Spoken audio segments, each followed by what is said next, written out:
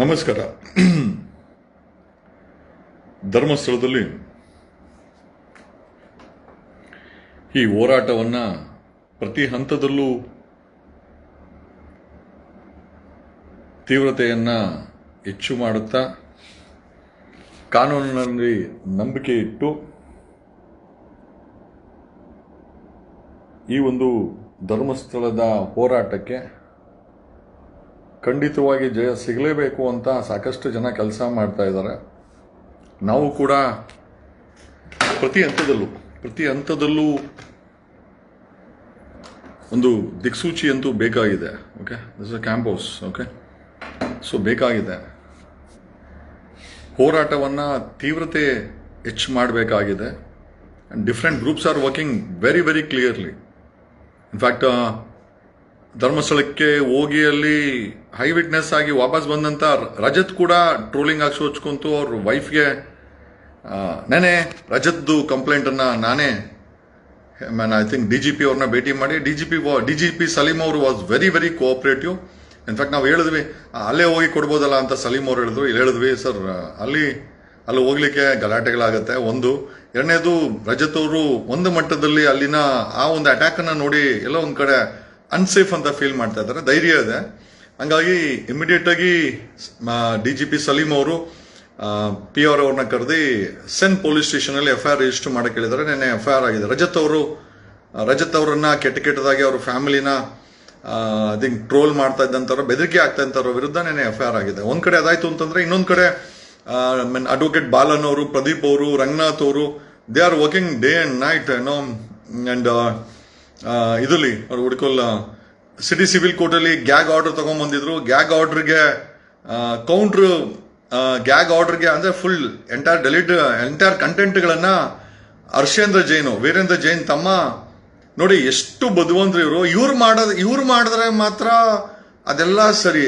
ನಾವುಗಳೇನಾದ್ರೂ ಅದನ್ನ ತೀವ್ರತೆ ಹೆಚ್ಚು ಮಾಡಿ ಹೋರಾಟ ಮಾಡಿದ್ರೆ ನಾವು ಹೆಸರಾಳ್ ಮಾಡ್ತಾ ಇದೀವಿ ಅಲ್ಲ. ನೋಡಿ, ಈ ವೀರೇಂದ್ರ ಜೈನ್ ತಮ್ಮ ಹರ್ಷೇಂದ್ರ ಜೈನು 339 ಜನರ ವಿರುದ್ಧ ಏನೋ ಎಕ್ಸ್ ಪಾರ್ಟಿ ಸ್ಟೇ ತಗೊಂತಾನೆ ವಿತೌಟ್ ಹಿಯರಿಂಗ್.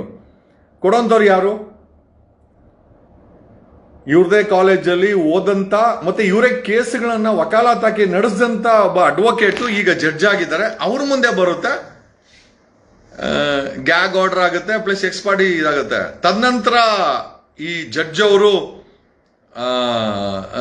ಅವರ ವಿಚಾರವಾಗಿ ಇಂಡಿಯಾ ಟುಡೇ ಎಕ್ಸ್ಪೋಸ್ ಮಾಡುತ್ತೆ, ರಾಷ್ಟ್ರೀಯ ಮಾಧ್ಯಮಗಳು ಎಕ್ಸ್ಪೋಸ್ ಮಾಡುತ್ತೆ ಈ ಜಡ್ಜ್ ಅವರು ಅದೇ SDM ಕಾಲೇಜಲ್ಲಿ ಓದಿದ್ರು ಅಂತ. ತದನಂತರ ಆ ಜಡ್ಜ್ ಅವರು ರೈ ಅಂತ, ಐ ಥಿಂಕ್ ಸರ್ನೇಮ್ ರೈ ಅಂತ ಇದೆ, ನನ್ ಮುಂದೆ ಬೇಡ ಅಂತ ಹೇಳ್ತಾರೆ. ಅಂದ್ರೆ ಯಾವ ಮಟ್ಟದ ಮ್ಯಾನ್ಯುಪುಲೇಷನ್ಸ್ ಹರ್ಷೇಂದ್ರ ಜೈನು ವಿವಿಧ ರೀತಿಯಲ್ಲಿ ಮಾಡ್ಕೊಂಡ್ಬಂದ್ರು. ಬಟ್ ಅದೇ ರೀತಿ ಕೌಂಟರ್ಗಳನ್ನ ನಾವೆಲ್ಲ ಕೊಟ್ಕೊಂಡ್ಬಂದ್ವಿ.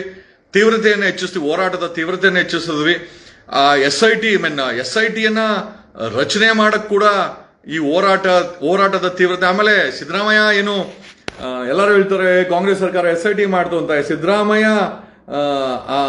ಆವೋ ಬೈ ಜಾವೋ ಬೈ ಗಿರಾಕಿ ಆ ರೀತಿ ಹೋರಾಟ ಮಾಡದೆ SIT ಮಾಡೋ ಅಂತ ಸಿದ್ದರಾಮಯ್ಯನೇ ಅಲ್ಲ.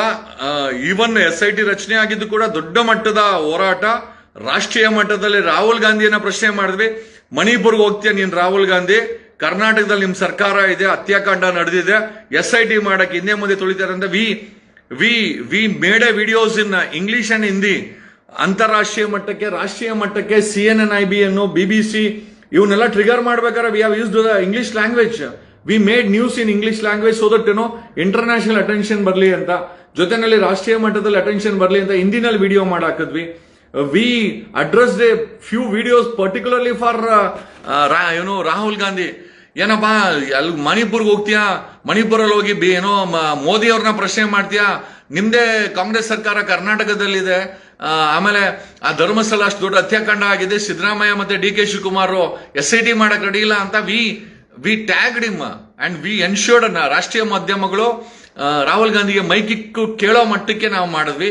And that is why SIT was formed.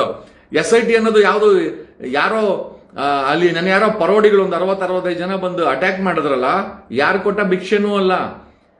ನಾವೆಲ್ಲ ತೀವ್ರತೆ ಆ ಮಟ್ಟದಲ್ಲಿ ಮಾಡಿದ್ವಿ. ಹಾಗಾಗಿನೇ SIT ರಚನೆ ಆಯಿತು. ಸಿದ್ದರಾಮಯ್ಯ ಅವರು ಹೇಳದ್ನಲ್ಲ, ಸಿದ್ದರಾಮಯ್ಯ ಆವು ಜಮೀರ್ ಜಾವು ಜಮೀರು ಕ್ಯಾಟಗರಿ. ಅಂದ್ರೆ ಏನ್ ಗೊತ್ತಾ, ಬರ್ತದ ಬರ್ಲಿ ಹೋಗ್ಲಿ, ಬಟ್ ತೀವ್ರತೆ ನಾವು ಹೆಚ್ಚು ಮಾಡಿಲ್ಲ ಅಂದಿದ್ರೆ ಸಿದ್ದರಾಮಯ್ಯನವರು SIT ಯನ್ನ ರಚನೆ ಮಾಡ್ತಾ ಇರ್ಲಿಲ್ಲ. ಸೊ ಅದೊಂದಾಯ್ತಾ. ಜೊತೆನಲ್ಲಿ ಹರ್ಷೇಂದ್ರ ಜೈನ್ ಹೋಗ್ಬಿಟ್ಟು ಎಕ್ಸ್ ಪಾರ್ಟಿ ಆರ್ಡರ್ ತಗೊಂಡ್ಬರ್ತಾನೆ. ಏನಂತ, ನಾವು ಧರ್ಮಸ್ಥಳದ ಹೆಸರನ್ನು ಬಳಸಬಾರ್ದು, ಆಮೇಲೆ ಆರೋಪಿತ ಕುಟುಂಬದ ಹೆಸರನ್ನು ಬಳಸಬಾರ್ದು ಅಂತ. ಅಲ್ಲಿ ನೋಡಿದ್ರೆ ಎಕ್ಸ್ ಪಾರ್ಟಿ ಆರ್ಡರ್ ಕೊಟ್ಬಿಡ್ತಾರೆ ಜಡ್ಜು. ಆ ಜಡ್ಜ್ ನೋಡಿದ್ರೆ ಇವ್ರದೇ ಕಾಲೇಜಲ್ಲಿ ಓದಿರೋರು ರೈ ಅಂತ, ಜೊತೆನಲ್ಲಿ ಇವ್ರ ಹತ್ರನೇ ಪ್ರಾಕ್ಟೀಸ್ ಮಾಡಿ ವಕಾಲತ್ ಹಾಕಿರೋರು. ಅದನ್ನೇ ಎಕ್ಸ್ಪೋಸ್ ಮಾಡಿದ ಮೇಲೆ ಜೊತೆನಲ್ಲಿ AP ರಂಗನಾಥ್, ಬೆಂಗಳೂರಿನ ಮಾಜಿ ವಕೀಲರ ಸಂಘದ ಅಧ್ಯಕ್ಷರು, ಮತ್ತೆ ಏನೋ ಪಾರ್ಟಿ ಬೇಡ, ಯಾಕಂತಂದ್ರೆ ನಾವೆಲ್ಲ ಸಾಮೂಹಿಕವಾಗಿ ಹೋರಾಟ ಮಾಡ್ತಾ ಇದೀವಿ. ಅವರುಗಳು they represented in high court.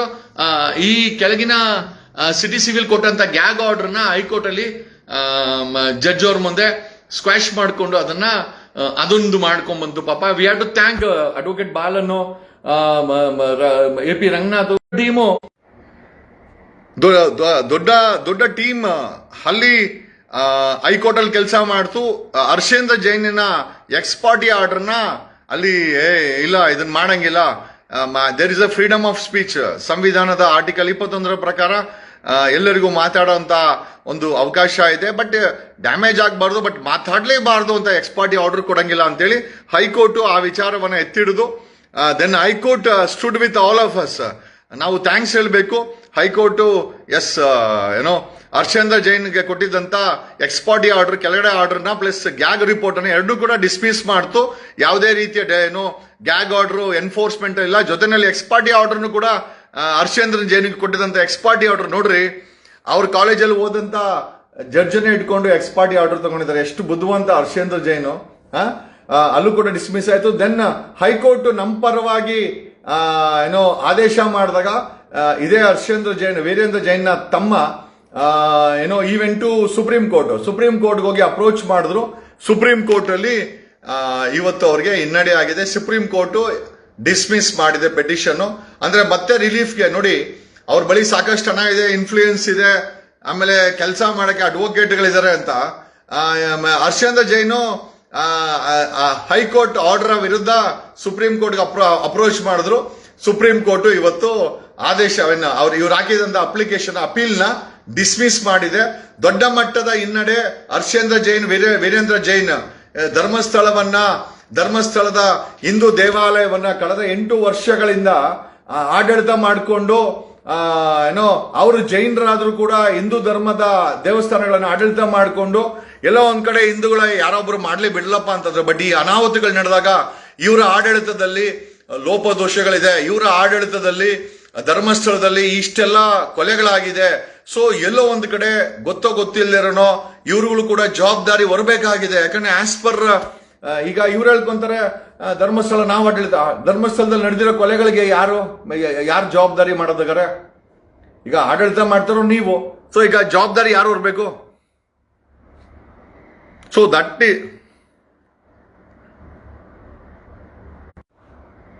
And that is what the question ಏನು ಅಂತಂದ್ರೆ, ದ ಪ್ರಶ್ನೆ ಏನಪ್ಪ ಅಂತಂದ್ರೆ ಇವರ ಜವಾಬ್ದಾರಿ ಏನು? ಆಮೇಲೆ SIT ಮಾಡೋದೊಂದೇ ಅಂತಲ್ಲ, SIT ಸುಮ್ಮನೆ ಕೂತಿತ್ತು, 1 ವಾರಗಳ ಕಾಲ SIT ಸುಮ್ಮನೆ ಕೂತಿತ್ತು. ತದನಂತರ SIT ನ ಆಕ್ಟಿವೇಟ್ ಮಾಡಕ್ಕೆ ನಮ್ಮ ಹೋರಾಟವನ್ನ ತೀವ್ರತೆ ಮಾಡಬೇಕಾಯ್ತು. SIT ಮೇಲೆ SIT ಅವ್ರನ್ನ ಹಾಕೊಂಡು SIT ಅನ್ನು ಅಷ್ಟೇ ನಾವು ಬಟ್ಟೆ ಒಗದಂಗೆ ಒಗೆದು ಅವರ ಮೇಲೆ ತೀವ್ರತೆ ಹೆಚ್ಚಿಸಿದಾಗ ಈ ಒಂದು SIT ಅವರು ಫೀಲ್ಡ್ಗೆ ಬಂದ್ರು. ಈಗ ಜೊತೆನಲ್ಲಿ ನಾವು ಆ ಎಣ್ಣಗಳ ಜಾಗವನ್ನ ಸ್ವಲ್ಪ ಏರುಪೇರಾದಾಗ, ಯಾಕಂದ್ರೆ ಇಲ್ಲೂ ಉಂಡಿರೋ ಜಾಗ ಪಕ್ಕದಲ್ಲೆಲ್ಲೋ ಒಗೆಯೋದು, ಈ ರೀತಿಯಾದಾಗ ಟೆಕ್ನಾಲಜಿಯನ್ನ ಬಳಸಿ ಅಂತ ಕಳೆದ 1 ವಾರದಿಂದ ಆ ಒಂದು ಹೋರಾಟದ ತೀವ್ರತೆಯನ್ನ ಮಾಡಿದ್ವಿ. ಈಗ SIT ಅವರು ಈ ಒಂದು ಟೆಕ್ನಾಲಜಿನ ಅಂದ್ರೆ ಗ್ರೌಂಡ್ ಸ್ಕ್ಯಾನಿಂಗ್ ಪೆನೆಟ್ರೇಟಿಂಗ್ ಸ್ಕ್ಯಾನರ್ಸ್ ಗಳನ್ನ ಬಳಸಲಿಕ್ಕೆ ಈಗ ತಯಾರಿಯನ್ನ ನಡೆಸಿದ್ದಾರೆ, ಸಭೆಗಳನ್ನ ಮಾಡಿದ್ದಾರೆ, ಸರ್ಕಾರಕ್ಕೆ ಮನವಿಯನ್ನ ಮಾಡಿದ್ದಾರೆ. ಮೋಸ್ಟ್ ಪ್ರಾಬಲಿ ನೆಕ್ಸ್ಟ್ ಈಗ ಬ್ರೇಕ್ ತಗೊಂಡಿದ್ದಾರೆ SIT ಅವರು. ಈಗ ಸ್ಕ್ಯಾನರ್ಸ್ ಬರುತ್ತೆ, ಅಕಸ್ಮಾತ್ ಗ್ರೌಂಡ್ ಅಲ್ಲಿ ಹೋಗುವಂತ ಸ್ಕ್ಯಾನರ್ ಅಥವಾ ಡ್ರೋನ್ ಸ್ಕ್ಯಾನರ್ ಅಂತಂದ್ರೆ ನನಗಿರುವಂತ ಮಾಹಿತಿ ಪ್ರಕಾರ ಒಂದು 5 ಕೋಟಿ ಖರ್ಚು ವೆಚ್ಚ ಆಗುತ್ತೆ ಅಂತ ನನಗೆ ಮಾಹಿತಿ ಇದೆ. ಈ ಫಟಾಲ್ ಯಾಕಂದ್ರೆ ಡ್ರೋನ್ ಬೇಡ, ಗ್ರೌಂಡ್ ಸ್ಕ್ಯಾನರ್ ಬೇಡ, ಗ್ರೌಂಡ್ ಸ್ಕ್ಯಾನರ್ ಓಡಿಸ್ಲಿಕ್ಕಾಗಲ್ಲ. ಯಾಕೆ ಅಂತಂದ್ರೆ ಅದು ಕಾಡಲ್ಲಿ ಗ್ರೌಂಡ್ ಸ್ಕ್ಯಾನರ್ ಓಡಿಸ್ಲಿಕ್ಕಾಗಲ್ಲ, ಡ್ರೋನ್ ಸ್ಕ್ಯಾನರ್ನೇ ಬಳಸಬೇಕು. ಇದರ ತೀವ್ರತೆ ಹೆಚ್ಚು ಕಡಿಮೆ 28 ಮೀಟರ್ ಇಂದ 50 ಮೀಟರ್ ವರೆಗೂ ಇದೆ. ಅಂದ್ರೆ 28 ಮೀಟರ್ ಅಂದ್ರೆ ಹೆಚ್ಚು ಕಮ್ಮಿ 100 ಅಡಿ. 50 ಮೀಟರ್ ಅಂತಂದ್ರೆ ನಿಮ್ಗೆ ಹೆಚ್ಚು ಕಮ್ಮಿ 150 ಅಡಿವರೆಗೂ ಸ್ಕ್ಯಾನಿಂಗ್ 3 ಡೈಮೆನ್ಷನ್ ಕೊಡುತ್ತೆ ಅಂತ ನಾವು ಒಂದು ಹೈದರಾಬಾದ್ ಕಂಪನಿ, ಸಾಕಷ್ಟು ಕಂಪನಿಗಳು ಭಾರತದಲ್ಲಿ ಸ್ಕ್ಯಾನಿಂಗ್ ಮಾಡಲಿಕ್ಕೆ they are full fledged with infrastructure ಬಳಸಬೇಕಾಗಿತ್ತು. ಜೊತೆನಲ್ಲಿ ಇನ್ನೊಂದು ಆಪ್ಷನ್ ಏನಿದೆ ಅಂತಂದ್ರೆ ಎಂಟೈರ್ 3500 ಎಕರೆ ಧರ್ಮಸ್ಥಳ ಸುತ್ತಮುತ್ತನ there is a satellite company entire ಧರ್ಮಸ್ಥಳದಲ್ಲಿ ಆ ಕಾಡಲ್ಲಿರುವಂತ ಕಾಡನ್ನ 3500 ಎಕರೆ ಏನಿದೆ ಧರ್ಮಸ್ಥಳ ಸುತ್ತಮುತ್ತ, ಈ ಎಂಟೈರ್ ಕಾಡನ್ನ ಸ್ಕ್ಯಾನ್ ಮಾಡ್ಲಿಕ್ಕೆ ಸ್ಯಾಟಲೈಟ್ ಇದೆ. ಬಟ್ ಅದರ ಖರ್ಚು ವೆಚ್ಚ 5 ರಿಂದ 50 ಕೋಟಿ ಆಗತ್ತೆ. ಪರವಾಗಿಲ್ಲ, 50 ಕೋಟಿ ಅಲ್ಲ, 100 ಕೋಟಿ ಆಗ್ಲಿ, ಜನರ ದುಡ್ಡು, ಜನರು ಇಷ್ಟ ಪಡ್ತಾ ಇದ್ದಾರೆ. ಈ ತನಿಖೆನಲ್ಲಿ ಸತ್ಯ ಗೊತ್ತಾಗ್ಬೇಕು ಅಂತ. ಎಸ್, ಆಗ ಎಂಟೈರ್ 3500 ಎಕರೆ ಧರ್ಮಸ್ಥಳ ಜಾಗ ಏನಿದೆ ಕಂಪ್ಲೀಟ್ ಆಗಿ ಸ್ಯಾಟಲೈಟ್ ಇಂದ ಸ್ಕ್ಯಾನ್ ಮಾಡಬಹುದು. ಅದರ ತೀವ್ರತೆ ಅಪ್ ಟು 200 ಮೀಟರ್ಸ್ ಇದೆಯಂತೆ. ಅಂದ್ರೆ 200 ಮೀಟರ್ ಅಂತಂದ್ರೆ ಹೆಚ್ಚು ಕಮ್ಮಿ 600 ಅಡಿವರೆಗೂ ಸ್ಕ್ಯಾನ್ ಮಾಡಿ 3 ಡೈಮೆನ್ಷನ್ ಕೊಡುತ್ತೆ ಅಂತ ಸ್ಯಾಟಲೈಟ್ ಕಂಪನಿಗಳ ಹತ್ರ ಮಾಹಿತಿ ನಾವು ತಗೊಂಡಿದ್ದೀವಿ. SIT ಅವರು ಅದೇ ದಾರಿನಲ್ಲಿ ಹೋಗ್ತಾ ಇದ್ದಾರೆ ಅಂತ. ಡೆಫಿನೆಟ್ಲಿ ಇನ್ಸ್ಟಾಗ್ರಾಮ್ ಅಲ್ಲ, ಬರ್ತೀನಿ ಡೆಫಿನೆಟ್ಲಿ ಇನ್ಸ್ಟಾಗ್ರಾಮ್ ಅಲ್ಲಿ ಬರ್ತೀವಿ. ಅಷ್ಟೊಂದು ಹಾಕ್ಬೇಡಿ, ಅರ್ಥ ಆಯ್ತು. Will come in the Instagram. Yes ಏನಿಯೋ, ಈಗ ಹರ್ಷೇಂದ್ರ ಜೈನ್ ಅವ್ರಿಗೆ ಒಂದು ನೇರವಾದಂತ ಪ್ರಶ್ನೆ. ವೀರೇಂದ್ರ ಜೈನ್ ತಮ್ಮನಾದಂತ ಹರ್ಷೇಂದ್ರ ಜೈನ್ ಅವರೇ, ನೀವು ನಿಮ್ಮದೇ ಕಾಲೇಜಲ್ಲಿ ಓದಂತ ವ್ಯಕ್ತಿಯ ಜಡ್ಜ್ ಬಳಿ ಈ ಒಂದು ಪಿಟಿಷನ್ ಫೈಲ್ ಮಾಡಿ. ಹರ್ಷೇಂದ್ರ ಜೈನ್ ಅವ್ರಿಗೆ ನೇರವಾದಂತ ಪ್ರಶ್ನೆ. ಹರ್ಷೇಂದ್ರ ಜೈನ್ ಅವರ ಇಷ್ಟು ದೊಡ್ಡ ಆಡಳಿತದ ಹಿಂದೂ ದೇವರ ದೇವಸ್ಥಾನವನ್ನ ಕಳೆದ 800 ವರ್ಷಗಳಿಂದ ನಿಮ್ಮ ಕುಟುಂಬ ಆಡಳಿತ ಮಾಡ್ತಾ ಇದೆ. ಡೋಂಟ್ ಯು ಥಿಂಕ್ ನಿಮ್ಗೆ ಒಂದು ಬೋನೋಫೈಡ್ ರೆಸ್ಪಾನ್ಸಿಬಿಲಿಟಿ ಇದೆ? ಯಾಕೆ ಅಂತಂದ್ರೆ ನೀವು ಪೂಜೆ ಮಾಡಬೇಕಾದ್ದು ಮಹಾವೀರನನ್ನ, ನೀವು ಆಡಳಿತ ನಡೆಸಬೇಕಾದ್ದು ಮಹಾವೀರನ ದೇವಸ್ಥಾನವನ್ನೇ ಹೊರತು ಹಿಂದೂ ದೇವರ ದೇವಸ್ಥಾನವಂತೂ ಅಲ್ಲ. ಆದರೂ ಸಹ 800 ವರ್ಷಗಳಿಂದ ನಿಮ್ಮ ಕುಟುಂಬ ಈ ಒಂದು ಶಿವ ದೇವಸ್ಥಾನ, ಮಂಜುನಾಥ ಸ್ವಾಮಿ ದೇವಸ್ಥಾನದ ಆಡಳಿತವನ್ನ ಮಾಡ್ಕೊಂಬರ್ತಾ ಇದ್ರ. ಅದರಿಂದ ಬರುವಂತ ಎಂಟೈರ್ ಆದಾಯ ನಿಮ್ಮ ಅಣ್ಣನೇ ಆದಂತ ವೀರೇಂದ್ರ ಜೈನ್ ಅವರು ಒಂದು ಟ್ರಸ್ಟ್ ಅನ್ನ ಮಾಡಿಕೊಂಡು, ಸಂಪೂರ್ಣ ಟ್ರಸ್ಟ್, ಅದು ಇನ್ಸ್ಟಿಟ್ಯೂಷನ್ಸ್ ಆಗಿರ್ಬೋದು, ನಿಮ್ಮ ಪ್ರಾಪರ್ಟೀಸ್ ಆಗಿರ್ಬೋದು, ನಮಗಿರೋ ಮಾಹಿತಿ ಪ್ರಕಾರ ಧರ್ಮಸ್ಥಳದ ಟ್ರಸ್ಟ್, ವೀರೇಂದ್ರ ಟ್ರಸ್ಟ್ ಏನಿದ್ದಾರೆ, ಎವ್ರಿ 10 ಕಿಲೋಮೀಟರ್ಸ್ ಇನ್ ಕರ್ನಾಟಕ ನಿಮ್ಮ ಪ್ರಾಪರ್ಟೀಸ್ ಇದೆ ಅಂತ ಹೇಳ್ತಾರೆ. ಸೊ ನಮ್ಮ ಪ್ರಶ್ನೆ ಏನಪ್ಪಾ ಅಂತಂದ್ರೆ, ಅಲ್ಲಿಗೆ ಬರುವಂತ ಹಿಂದೂ ಭಕ್ತಾದಿಗಳು ಕೊಡುವಂತ ಕಾಣಿಕೆಗಳು, ಓಕೆ, ಅದನ್ನ ಬಳಸಿ ಇಷ್ಟು ದೊಡ್ಡ ಸಾಮ್ರಾಜ್ಯವನ್ನ ಒಬ್ಬ ಜೈನ್ ಕುಟುಂಬ ಕಟ್ಟಿದೆ. ಆಮೇಲೆ ನಮ್ಮ ಹಿಂದೂ ದೇವಸ್ಥಾನದಲ್ಲಿ ಜೈನರ ಆಡಳಿತ ಮಾಡೋದು ಇಷ್ಟರ ಮಟ್ಟಿಗೆ ಸರಿ? ಹರ್ಷೇಂದ್ರ ಜೈನ್ ಅವರೇ, ಯಾಕೆ ನಾವು ಪ್ರಶ್ನೆ ಕೇಳಬಾರ್ದು? ಮುಸಲ್ಮಾನರ ಹತ್ರ ಒಡೆದು ಬಡ್ದು ಬುಲ್ಡೋಸರ್ ನುಗ್ಸಿ ನಮ್ದು ರಾಮ ಮಂದಿರ ಅಂತ ಕಿತ್ಕೊಂಡಿದ್ದಂತ ಹಿಂದೂಗಳು ಧರ್ಮಸ್ಥಳದ ವಿಚಾರ ಬಂದಾಗ ಯಾಕೆ ಒಬ್ಬ ಜೈನರು 800 ವರ್ಷದಿಂದ, ಆಮೇಲೆ ನಾನು ಇವತ್ತು ಧ್ಯಾನ ಮಾಡ್ಬೇಕಾರೆ, ನಾನು ಬೆಳಿಗ್ಗೆ ಧ್ಯಾನ ಮಾಡ್ತಾ ಇದ್ದೆ, ಮಂಜುನಾಥ ಸ್ವಾಮಿ ಧ್ಯಾನದಲ್ಲಿ ಬಂದು, ನಾನು ಇನ್ನೊಂದಷ್ಟುಗಳ ಕಾಲ ನಾನು ಧರ್ಮಸ್ಥಳದಲ್ಲಿ ನಾನು ಇರೋದಿಲ್ಲ, ನನಗೆ ಇಲ್ಲಿ 800 ವರ್ಷಗಳಿಂದ ಒಂದು ದಿಗ್ಬಂಧನ ರೀತಿಯಲ್ಲಿ ಇದ್ದಿದ್ದೆ ನಾನು, ಹಾಗಾಗಿ ನಾನು ಸ್ವಲ್ಪ ದಿನಗಳ ಕಾಲ ಅಥವಾ ಸ್ವಲ್ಪ ತಿಂಗಳ ಕಾಲ ನಾನು ಧರ್ಮಸ್ಥಳವನ್ನ ಬಿಟ್ಟು ಬೇರೆ ಹಿಮಾಲಯಕ್ಕೆ ಹೋಗ್ತಾ ಇದ್ದೀನಿ. ಧರ್ಮಸ್ಥಳ ಮಂಜುನಾಥ ಬೆಳಗ್ಗೆ ಧ್ಯಾನದಲ್ಲಿ ಹೇಳಿದ್ದು ಆಕಾಶವಾಣಿ, ನನಗೆ ಧ್ಯಾನದಲ್ಲಿ ಕೂತ್ಕೊಂಡಾಗ ಧರ್ಮಸ್ಥಳ ಮಂಜುನಾಥ ಧರ್ಮಸ್ಥಳವನ್ನ ಬಿಟ್ಟು ಹಿಮಾಲಯದಲ್ಲಿ ಕೆಲವು ತಿಂಗಳ ಕಾಲ ಇರ್ತಾರಂತೆ. ಧರ್ಮಸ್ಥಳ ಮಂಜುನಾಥನ ಆಕಾಶವಾಣಿ ಏನ್ ಹೇಳ್ತು ಅಂತಂದ್ರೆ, ಈ ಹೋರಾಟವನ್ನ ತೀವ್ರತೆ ಮಾಡಿ ಈ ಸತ್ತೋಗಿರಂತ ಹೆಣ್ಮಕ್ಕಳಿಗೆ ನ್ಯಾಯ ಸಿಗಲೇಬೇಕು ಅಂತ ಮಂಜುನಾಥನ ಆಜ್ಞೆಯಾಗಿದೆ. ಅಣ್ಣಪ್ಪ ಮತ್ತೆ ಮಂಜುನಾಥ ಸ್ವಾಮಿ ಕೆಲ ತಿಂಗಳ ಕಾಲ ಹಿಮಾಲಯದಲ್ಲಿ ಇರ್ತಾರಂತೆ. ಇದೆಲ್ಲದನ್ನು ಬಗೆಹರಿಸಿ ಮತ್ತೆ ನಾನು ವಾಪಸ್ ಬರ್ತೀನಿ.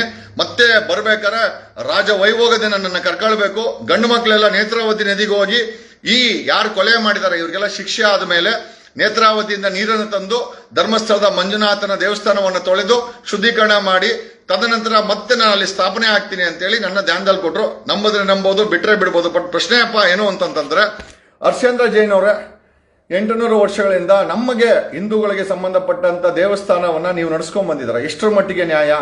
ನಾವೇನಾದ್ರೂ ಶ್ರವಣ ಬೆಳಗೊಳದಲ್ಲಿ ಇರುವಂತ ಅದೇ ಮಹಾವೀರನ ದೇವಸ್ಥಾನಗಳನ್ನ ಹಿಂದೂಗಳು ಕಬ್ಜಾ ಮಾಡಿದ್ರೆ ಅಥವಾ ಹಿಂದೂಗಳು ಆಡಳಿತ ನಡೆಸಿದ್ರೆ ನಿಮಗೆ ಸರಿ ಅನ್ಸುತ್ತಾ?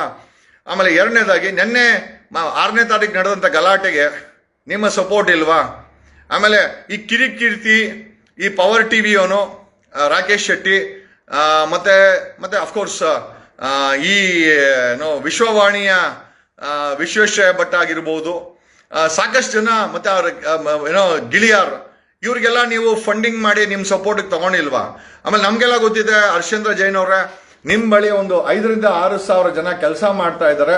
ಅದು ಒಂದು ಮಿನಿ ಆರ್ಮಿ ಅಂತ. ಬಟ್ ನೀವೆಲ್ಲ ಅರ್ಥ ಮಾಡ್ಕೊಳ್ಬೇಕು, ನಮ್ಮ ಬಳಿ 6,000 ಜನ ಕೆಲಸ ಮಾಡ್ಲಿ, 60,000 ಜನ ಕೆಲಸ ಮಾಡ್ಲಿ, ಅದನ್ನ ಕೆಟ್ಟ ಕೆಲಸಕ್ಕೆ ಬಳಸುವಂತ ಕೆಲಸ ಅಥವಾ ಮಾನಸಿಕ ಸ್ಥಿತಿ ಇರಬಾರ್ದು. ನಿಮ್ ಬಳಿ ಆ ರೀತಿ ಮನಸ್ಥಿತಿ, ಯಾಕಂದ್ರೆ ನೆನ್ನೆ ನೋಡಿ, ನಿಮ್ಮ ಸಪೋರ್ಟ್ ಇಲ್ಲದೆ ಆ ಯೂಟ್ಯೂಬರ್ಸ್ಗೆ ಹೊಡಿಲಿಕ್ಕೆ ಏನ್ ಸಾಧ್ಯ? ಆಮೇಲೆ ನಿಮಗೆ ಗೊತ್ತಾಗಿದೆ, ನಿಮ್ಮ ಯಾವುದೇ ಕಾರ್ಡು ವರ್ಕ್ ಆಗ್ತಾ ಇಲ್ಲ, ಎಲ್ಲಾ ಕಾರ್ಡು ಕೂಡ ನಿಷ್ಕ್ರಿಯ ಆಗ್ತಾ ಇದೆ. ಅದು ಹಣ ಆಗಿರ್ಬೋದು, ನಿಮ್ಮ ಅಧಿಕಾರ ಆಗಿರ್ಬೋದು, ನಿಮಗೆ ಕೊಟ್ಟಂತ ಮೂರು ಪಾರ್ಟಿಯವರು, JDS, BJP, ಕಾಂಗ್ರೆಸ್ ಕೊಟ್ಟಂತ ಸಪೋರ್ಟ್ ಆಗಿರ್ಬೋದು, ನಿಮ್ಗೆ ಯಾವುದು ಕೂಡ ಇವತ್ತು ನಿಲ್ತಾ ಇಲ್ಲ. ಸೊ ನಾನು ಹೇಳೋದೇನು ಅಂತಂದ್ರೆ, ನೀವು ಯಾಕೆ ಈ ಒಂದು SIT ತನಿಖೆಗೆ ಸಹಾಯ ಯಾಕೆ ಮಾಡಬಾರ್ದು? ಪದೇ ಯಾಕೆ ಹೈಕೋರ್ಟ್ಗೆ ಹೋಗಿ, ಕೋರ್ಟ್ಗೆ ಹೋಗಿ ಎಕ್ಸ್ಪಾರ್ಟಿ ತಗೊಂಬರೋದು, ಎಕ್ಸ್ಪಾರ್ಟಿ ಆರ್ಡರ್ ತಗೊಳ್ಳೋದು, ಆಮೇಲೆ ನಿಮ್ಮದೇ ಆದಂತ ಕಾಲೇಜಲ್ಲಿ ಓದಂತ ಅಡ್ವೊಕೇಟು ಮತ್ತೆ ಲಾ ಸ್ಟೂಡೆಂಟ್ ಹತ್ರ ಜಡ್ಜ್ ಆಗಿದ್ದಾರೆ, ಅವ್ರ ಹತ್ರ ಹೋಗಿ ಫೇವರಬಲ್ ಆರ್ಡರ್ ತಗೊಳೋದು ಎಕ್ಸ್ಪಾರ್ಟಿಯನ್ನ. ತದನಂತರ ಹೈಕೋರ್ಟ್ ಅದನ್ನ ಕಿತ್ತು ಬಿಸಾಕ್ತು. ಸುಪ್ರೀಂ ಕೋರ್ಟ್ಗೆ ಹೋದ್ರೆ ಹರ್ಷೇಂದ್ರ ಜೈನ್ ಅವರೇ, ನಿಮಗೆ ಹಿನ್ನಡೆ ಆಗಿದೆ, ಸುಪ್ರೀಂ ಕೋರ್ಟ್ ಹೇಳ್ತು ನಿಮ್ಮ ಅಪೀಲ್ನ ನಾವು ತಗೊಳಲ್ಲ ಅಂತ. ಹರ್ಷೇಂದ್ರ ಜೈನ್ ಅವರೇ, ನಿಮಗೆ ತನಿಖೆಗೆ ಸಹಮತ ಕೊಟ್ಟು ನೀವು ಸಹಾಯ ಮಾಡಕ್ಕೆ ಏನ್ ಪ್ರಾಬ್ಲಮ್ ಇದೆ? ಯಾಕೆ ನೀವು ತನಿಖೆಗೆ ಸಹಾಯ ಮಾಡಬಾರ್ದು ಹರ್ಷೇಂದ್ರ ಜೈನ್ ಅವರೇ? ಯಾಕೆ ಪದೇ ಯಾಕೆ ಧರ್ಮಸ್ಥಳ ಏನು ಯಾರಪ್ಪನ ಆಸ್ತಿ? ಧರ್ಮಸ್ಥಳ ದೈವ ಮಂಜುನಾಥನ ಆಸ್ತಿ. ಈಗ ಮಂಜುನಾಥನೇ ಬೆಳಗ್ಗೆ ಹೇಳಿದಾನೆ, ಕೆಲ ತಿಂಗಳ ಕಾಲ ಧರ್ಮಸ್ಥಳ ಮಂಜುನಾಥ ಅಲ್ಲಿ ಇರೋದಲ್ಲಂತೆ, ಹಿಮಾಲಯದಲ್ಲಿ ಇರ್ತೀನಿ, ಈ ಎಲ್ಲ ಏನು ಕೊಲೆಗಳಿಗೇನಿದೆ ಇದಕ್ಕೆ ನ್ಯಾಯ ಸಿಕ್ಕದ ಮೇಲೆ ಒಂದು ಸಮಯದಲ್ಲಿ ವಾಪಸ್ ಬರ್ತಾರಂತೆ. ಈಗ ಧರ್ಮಸ್ಥಳ ಮಂಜುನಾಥನಿಗೇನೆ ಬೇಜಾರಾಗಿದೆ, ಅವರು ಹಿಮಾಲಯಕ್ಕೆ ಹೋಗಿದ್ದಾರೆ. ಇಂಥ ಸಮಯದಲ್ಲಿ ನೀವುಗಳು ಹರ್ಷೇಂದ್ರ ಜೈನ್ ಅವರೇ, ನೀವು ನಿಮ್ಮ ಅಣ್ಣ, ನಿಮ್ಮ ಕುಟುಂಬ SIT ತನಿಖೆಗೆ ಯಾಕೆ ಸಹಾಯ ಮಾಡಬಾರ್ದು? ಅದು ಬಿಟ್ಟು ಆಟೋ ಹುಡುಗರನ್ನ ಬಿಟ್ಟು ಗಲಾಟೆ ಮಾಡಿಸೋದು ಯೂಟ್ಯೂಬರ್ಸ್ ಮೇಲೆ, ಮತ್ತೆ ಸಿಟಿ ಸಿವಿಲ್ ಕೋರ್ಟಲ್ಲಿ ಹೋಗಿ ಸುಮ್ಮನೆ ಎಕ್ಸ್ಪಾರ್ಟಿ ಆರ್ಡರ್ ತರೋದು, ಗ್ಯಾಗ್ ಆರ್ಡರ್ ತರೋದು, ಸ್ಟೇ ತರೋದು. ಈಗ ಹೈಕೋರ್ಟ್ ನಿಮಗೆ ನಿರಾಕರಣೆ ಮಾಡಿದೆ, ಸುಪ್ರೀಂ ಕೋರ್ಟ್ ಕೂಡ ನಿಮ್ಮ ಕೈಯನ್ನು ಹಿಡಿಲ್ಲ. ಇದೆಲ್ಲ ಏನ್ ಅನ್ಸುತ್ತೆ ಅಂತಂದ್ರೆ, ನೀವು ತಪ್ಪು ಮಾಡ್ತಾ ಇದ್ದೀರ ಅಂತ ಅನ್ಸಲ್ವಾ ನಿಮ್ಗೆ?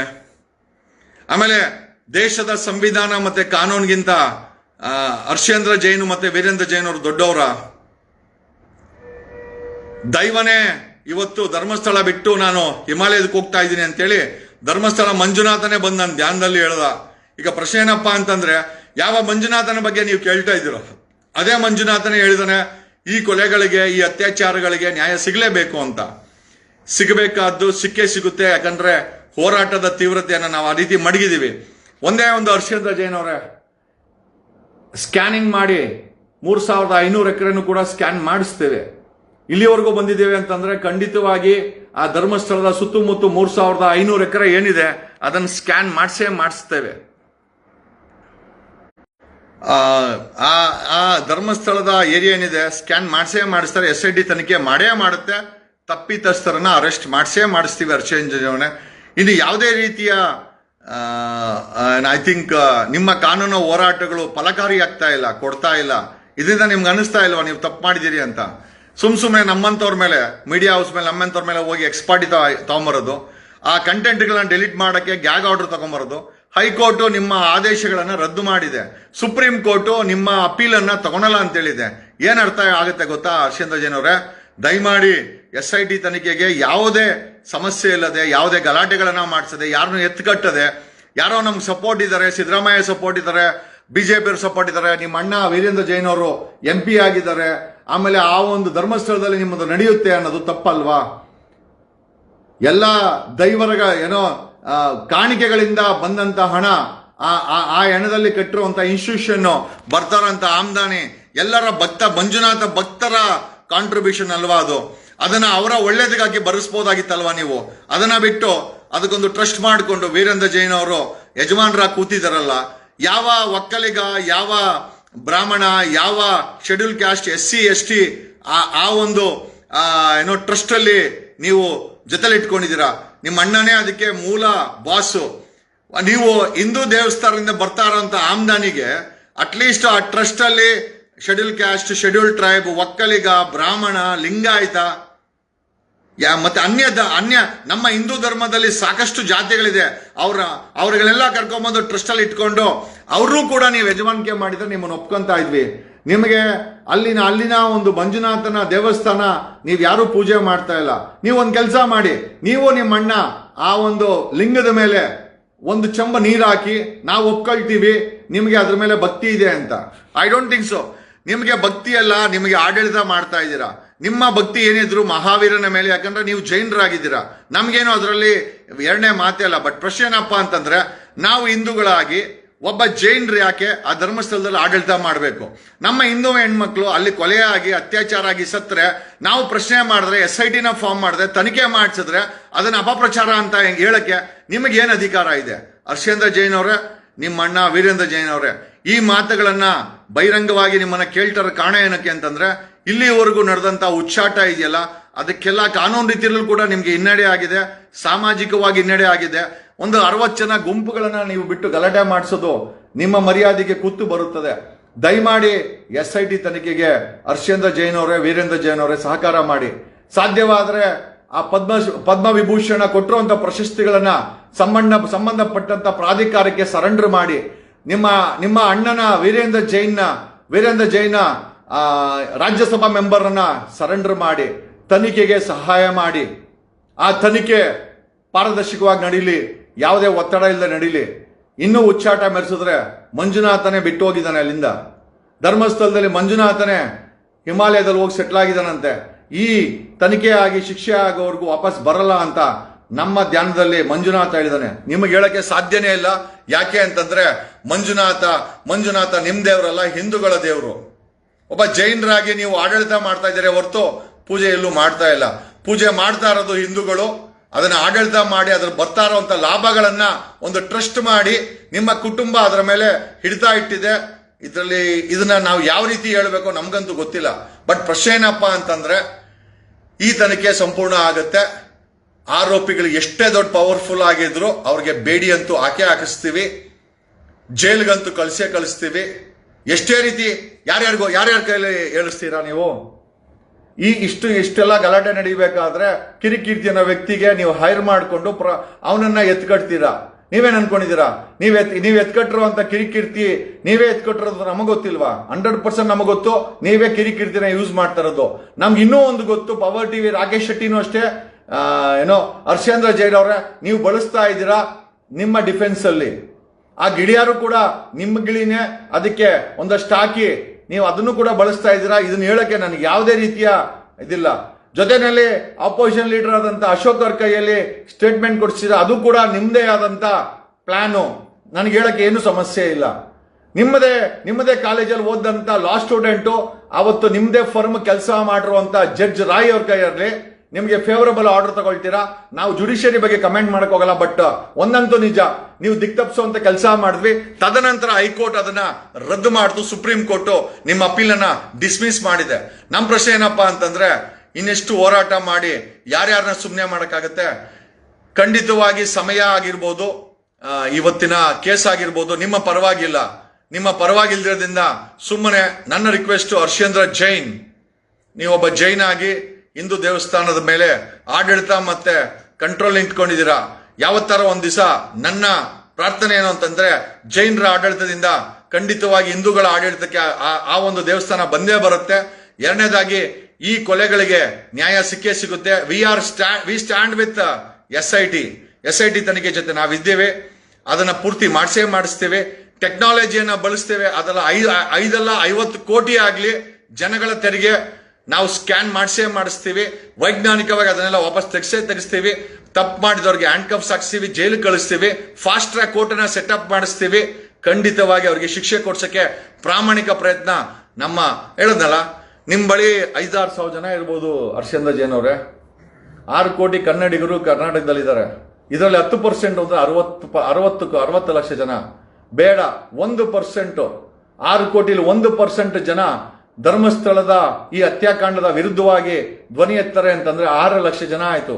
6 ಲಕ್ಷ ಜನ ನಾವು ನ್ಯಾಯ ಕೇಳ್ಕೊಂಡು ಏನಾದ್ರು ಧರ್ಮಸ್ಥಳಕ್ಕೆ ಬಂದ್ರೆ ನ್ಯಾಯ ಬೇಕೇ ಬೇಕು ಅಂತ SIT ಮುಂದೆ ನಾವು SIT ಮುಂದೆ ಕೂತ್ಕೊಳ್ಬೋದಾಗಿತ್ತು. ಬಟ್ ಯಾಕೆ ಕೂತ್ಕೊಂಡಿಲ್ಲ ಅಂತಂದ್ರೆ SIT ಅವ್ರಿಗೆ ತೊಂದರೆ ಆಗ್ಬಾರ್ದು ಅಂತ. ಬಟ್ ಆದ್ರೆ ನೀವು ಇದರ ಅಡ್ವಾಂಟೇಜ್ ತಗೊಂಡು ಅಲ್ಲಿ ಆಟೋ ಹುಡುಗರನ್ನ ಕಳಿಸಿ ಆ ಯೂಟ್ಯೂಬರ್ಸ್ ಮೇಲೆ ಗಲಾಟೆ ಮಾಡಿಸೋದು, ಸೌಜನ್ಯ ಮನೆಗೆ ಯಾರಾದ್ರೂ ಭೇಟಿ ಕೊಟ್ರೆ ಅವ್ರ ಮೇಲೆ ಮಾನಿಟರ್ ಮಾಡಿಸೋದು, ಇದೆಲ್ಲ ಅವಶ್ಯಕತೆ ಇದೆಯಾ ಹರ್ಷೇಂದ್ರ ಜೈನ್ ಅವರೇ?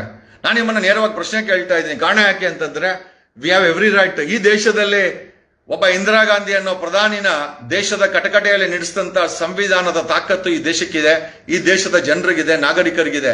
ದಯಮಾಡಿ ಹರ್ಷೇಂದ್ರ ಜೈನ್ ಅವರೇ, ನಿಮಗೆ ಸಮಯ ಸಿಕ್ಕಿದಾಗ ಒಂದು ಕೆಲಸ ಮಾಡಿ, ದೇಶದ ಸಂವಿಧಾನದ ಬುಕ್ ಅನ್ನ ತಗೊಂಡು ಓದಿ. ನಿಮಗೆ ಗೊತ್ತಾಗತ್ತೆ ಒಬ್ಬ ನಾಗರಿಕನ ಪವರ್ ಏನು ಅಂತ. ಇವತ್ತು ಅಷ್ಟೇ ಅದೇ ನಾಗರಿಕನ ಪವರ್ ನಿಮ್ಮ ವಿರುದ್ಧ ಅಥವಾ ಧರ್ಮಸ್ಥಳದಲ್ಲಿ ನಡೆದಿರುವ ಹತ್ಯಾಕಾಂಡದ ವಿರುದ್ಧ ಕೆಲಸ ಮಾಡ್ತಾ ಇದೆ ಅಂತ ಹೇಳುತ್ತಾ, ದಯಮಾಡಿ SITಗೆ ಹರ್ಷೇಂದ್ರ ಜೈನ್ ಅವರೇ, ವೀರೇಂದ್ರ ಜೈನ್ ಅವರೇ ಕೋಆಪರೇಟ್ ಮಾಡಿ. ಹರ್ಷೇಂದ್ರ ಜೈನ್ ಅವರೇ, ನಿಮ್ಮ ಅಣ್ಣಂಗೆ ಹೇಳಿ ವೀರೇಂದ್ರ ಜೈನ್ ಅವ್ರಿಗೆ ಸಾಧ್ಯವಾದ್ರೆ ರಾಜ್ಯಸಭಾ ಮೆಂಬರ್ ಅನ್ನ ಸರೆಂಡರ್ ಮಾಡಿ ಈ ತನಿಖೆಗೆ ಸಂಪೂರ್ಣ ಸಹಕಾರ ಕೊಡ್ಲಿಕ್ಕೆ. ಓಕೆ, ಆಗ್ಲಿಲ್ಲ ಅಂತಂದ್ರೆ ಮನೆ ಬಾಗಿಲಿಗೆ ಏನೋ ಒಂದು ಹುಡ್ಕೊಂಡ್ ಬರುತ್ತೆ ಕಾನೂನು, ನೀವು ಅದನ್ನ ತಿರಸ್ಕಾರ ಮಾಡ್ಲಿಕ್ಕಂತೂ ಸಾಧ್ಯವೇ ಇಲ್ಲ ಅಂತ ಹೇಳುತ್ತಾ ನನ್ನ 2 ಮಾತುಗಳನ್ನ ಮುಗಿಸ್ತಾ ಇದ್ದೀನಿ. ನಮಸ್ಕಾರ ಹರ್ಷೇಂದ್ರ ಜೈನ್ ಅವರೇ, ನಮಸ್ಕಾರ ವೀರೇಂದ್ರ ಜೈನ್ ಅವರೇ. ಅಂಡ್ ಈ ಒಂದು ತನಿಖೆ ಒಂದು ಒಳ್ಳೆಯ ಘಟ್ಟಕ್ಕೆ ಹೋಗುತ್ತೆ. ನಮ್ಗೆಲ್ಲರಿಗೂ ಕೂಡ ಜಯ ಸಿಕ್ಕೇ ಸಿಗುತ್ತೆ ಅಂತ ನಾವು ನಂಬಿದೀವಿ. ಹರ್ಷೇಂದ್ರ ಜೈನ್ ಅವರಿಗೆ ಸುಪ್ರೀಂ ಕೋರ್ಟ್ ಅಪೀಲ್ ಅನ್ನ ಡಿಸ್ಮಿಸ್ ಮಾಡಿದೆ. ಇದರಿಂದ ಗೊತ್ತಾಗುತ್ತೆ ವೀರೇಂದ್ರ ಜೈನ್ ಮತ್ತೆ ಹರ್ಷೇಂದ್ರ ಜೈನ್ ಅವರನ್ನ ಕಾನೂನು ಕೂಡ ತಿರಸ್ಕಾರ ಮಾಡ್ತಾ ಇದೆ ಅಂತ. ಈ ಎಲ್ಲಾ ವಿಚಾರಗಳನ್ನು ತಿಳಿಸುತ್ತಾ ನನ್ನ 2 ಮಾತುಗಳನ್ನ ಮುಗಿಸ್ತಾ ಇದ್ದೀನಿ. Thanks a lot Karnataka, thanks a lot Bengaluru, ನಮಸ್ಕಾರ ಧರ್ಮಸ್ಥಳ.